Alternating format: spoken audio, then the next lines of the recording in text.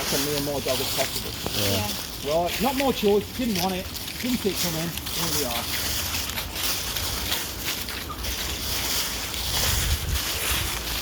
Right, so she's aware of it.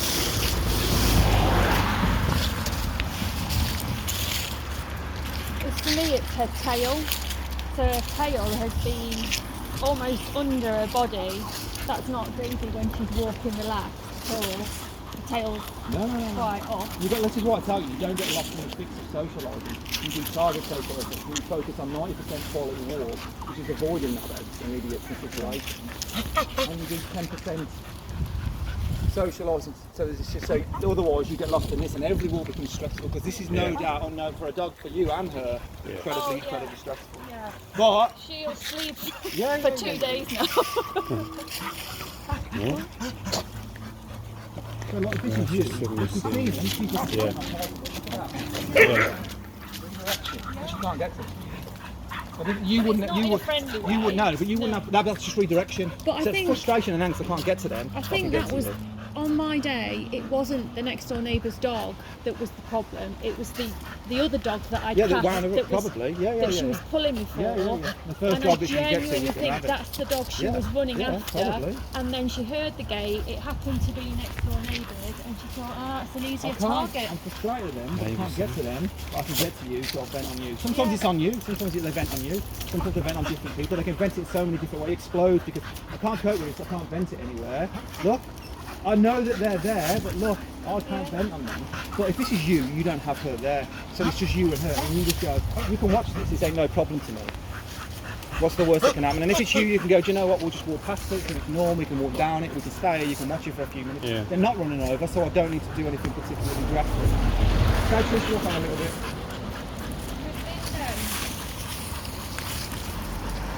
Not overly calling her name. So in these situations, we're not sort of constantly saying no.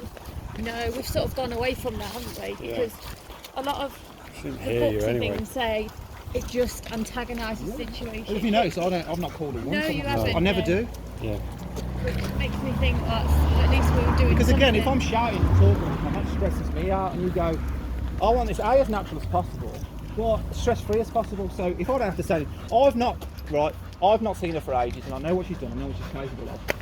Nothing about today, even though these choices about who's in the park have not been mine, I've not been stressed out at all, and that's because the equipment I know will do its job. I know the way that I've got it, I know the dogs that I've got now. So I can throw myself into these situations and go, there ain't no real problem for me, it's not stressing me out, because of all the necessary work that I've done here, and the decisions that I've made. So I've not let an idiot who thinks he knows his dog, or has got not affect my walk and put my walk or her at jeopardy.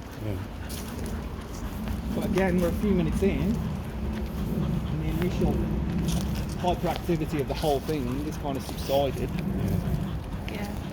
This is where you build up, this is how you desensitise, this is how you then go about it. Slowly.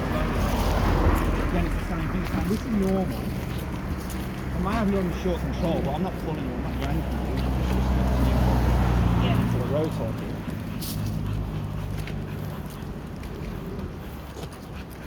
So initially that can close me, look how it's ditching now. She's got, no intention really. She knows that they're, like you say, she keeps having a little glance. If this was you, you might have just started off down there, seen that, and just walked past back in your car. We've got the added stress that it wasn't our choice, we've got Piper with us. Yeah, even though these two, even going that first 5 minutes, would you even think without this, Piper's not really bothered. No. She's behind Piper. You wouldn't think these two dogs have just done that, would you?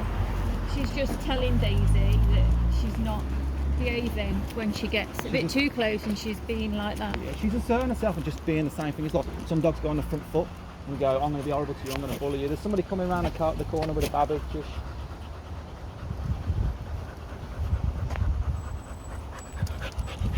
Over just in case. Again, this is the beauty of the decision making. You see your risk.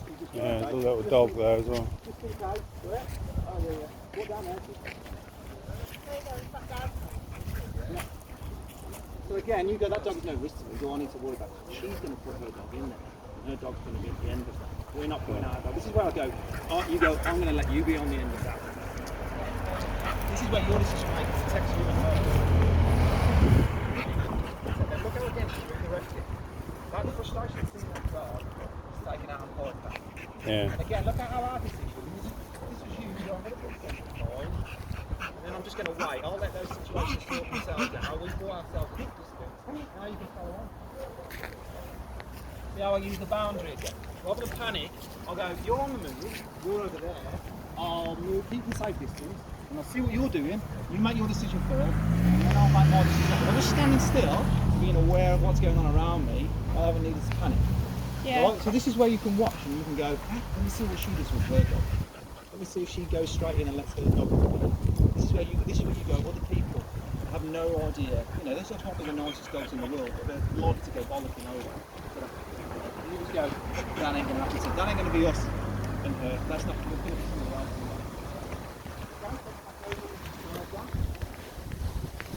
But everything is putting the dogs at a distance, a safe distance. These are not the chosen dogs that I want to socialise with. I think the chosen dogs. You will be doing things slightly different if they haven't from the start, but they put us in that situation.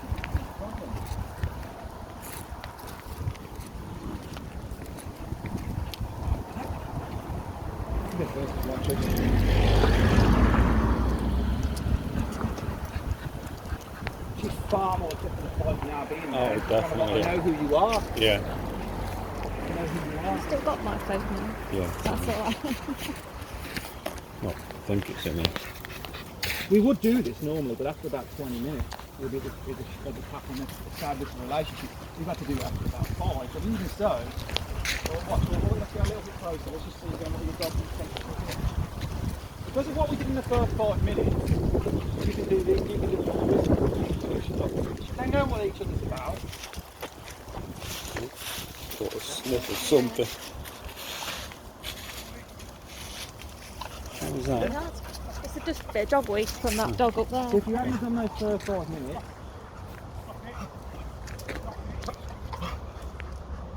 oh, he has got a collar on. That's alright.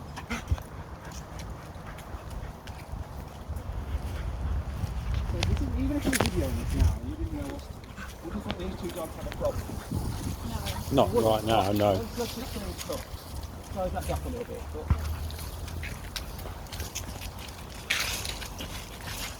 he's not taking me towards No. right? No.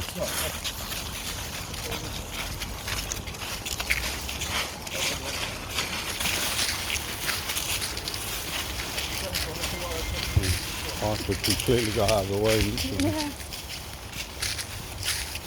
Daisy's not bothered about her at all now. No, I think he just wants to go into the park now. Yeah.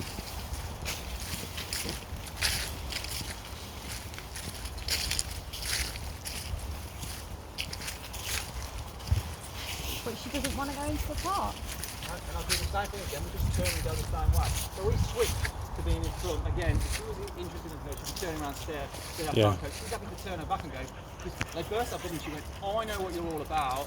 I'm not really interested in you anymore. Yeah. Only a point where I can vent if I see shit that I can't cope with and can't get to. Yeah. So as day to day goes, she's not interested in you anymore because I know who you are and what you're all about. This is what I tell what dogs do. Who are you? What you're all about. I know you, bang, move on. Who are you? What? This is what they want to do. Yeah. But everything is skewed because of what humans do. When we burst that bubble, and then you see now these two dogs, other than the trigger stuff, when you get the eye contact, Yeah. these two are comfortable being in and around each other. I'm amazed that she hasn't turned around and tried to pull towards her. Towards what? Towards Piper. I was fully expecting once we went in front us to struggle to walk, because we often struggle to try and get her to go the other way when there's a dog the other Well, side. this is what I'm saying. This That's is the because first they time- haven't met. This is the first time these dogs have ever met. Yeah. Right, and this is why I show you how humans have changed them. Because all the way back in the wild, they would have gone to each other, they wouldn't have had that aggression. All that aggression in both of them is because of what humans have done. Right? So naturally they would have been quite calm, said hello, learned, they might have been friends, they might not, move on. The next time they see each other, they either avoid or they go close together. So look at this, look, we can let her go, look, dog. So she's getting a little bit lungy, and I go, again, the same thing. I go, I'm not closing that back. I've got to within a certain distance of your boxer, but if you're going to lunge, we're just going to walk that off again. But look how we're doing more and more risky stuff and getting closer and closer and closer because of the work that we've done before it.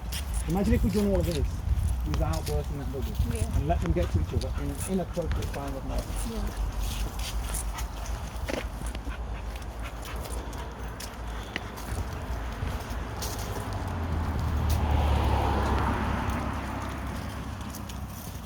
You know, see how she's looking at her back end? Yeah. She doesn't feel threatened. When Pulper turns round, she embraces herself for the situation. Without perceived threat, is this dog a threat to me? Not when I'm looking at a bottom, look. Yeah. As soon as she turns around and makes eye contact,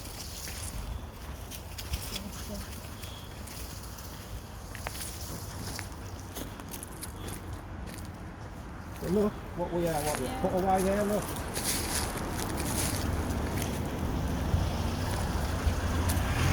You like those humans have changed everything. Like I said, we've not made the choice about that walk. And that walk is incredibly stressful of those things that you've seen and how they're choosing the person that's for the first time. And it's still going to choose this. Can you imagine if you are making the right choices and we didn't have all of those, it was just her and Harker without those struggles? The fella's gone off the other way with the two dogs. Which perfectly illustrates everything that I'll say about adrenaline choices. Because of where you are, you go, I can see that.